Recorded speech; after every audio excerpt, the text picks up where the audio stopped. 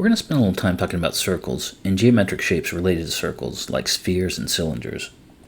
We're going to start with circles first, and specifically the perimeter of a circle.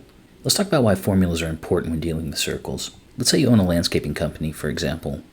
As you can see in the picture on the right here, we have a flower bed. Your company makes these for properties quite a bit, and so they're always making different sizes.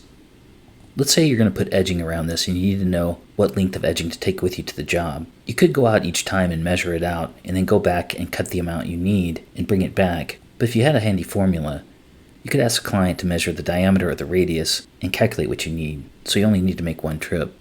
It becomes even more important when you're dealing with larger circles. In the picture below, the yellow line traces the outline of a supercollider, also known as an atom smasher, underneath a large geographical area. And keeping with the same argument, you could have someone walk around the perimeter using a tool or some other device like what you see on the top left here. But how long would that take? The circumference or the perimeter of the circle is 27 kilometers, and it's not all exactly flat land. Part of it goes into the woods, some of it over water, and it looks like some of it goes through some housing complexes as well. So in this situation, a formula would really come in handy. So let's talk about the formula for the circumference of a circle and where it comes from. We said you can measure the circumference or the perimeter of a circle, or you could calculate it. The formula for calculating the circumference is c equal to 2 pi r. Off the bat, this tells us that if you know what the radius is, you can actually calculate the distance around the circle. Since pi is a constant, it never changes. Now this is a topic that makes a lot of people angry, but just so you know, pi wasn't pulled out of thin air. All it is a ratio discovered a long time ago. And it was named pi because the Greek letter pi is the equivalent of p in the English alphabet, that p standing for perimeter, aka the circumference. And what people notice is that no matter how big the circle is, if you take the circumference and you divide it by the diameter, which is just 2 times the radius, you always get a number that's approximately equal to 3.14. Now that is just an approximation. Pi is an irrational number, meaning that the decimal places go on in an infinite manner and they don't repeat. But for practical purposes, most people approximate it to 3.14 without any problems. Now it's great that people recognize this ratio, but why is that important?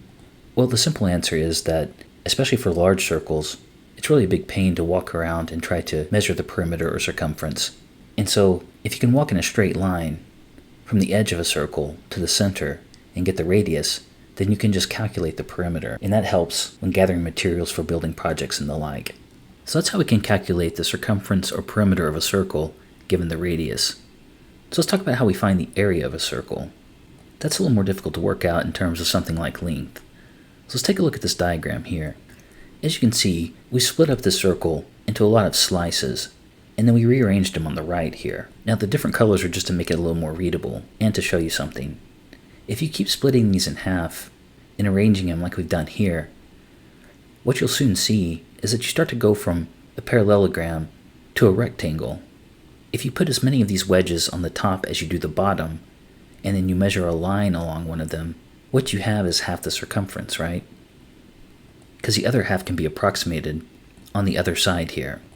So the width overall is going to be approximately equal to 1/2 of the circumference. The length is going to be equal to the radius.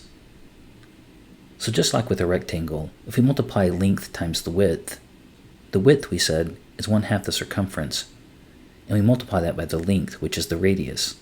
If we substitute what we already know about the circumference, we know that that's equal to 2 pi r.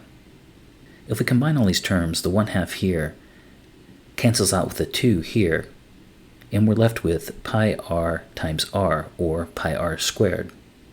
So we've just described in an intuitive way how we know that the area of a circle is equal to pi r squared. Let's take a break. When we come back, we'll talk about similar measurements for a cylinder. Then after that, we'll talk about graphing circles on a Cartesian plane using formulas.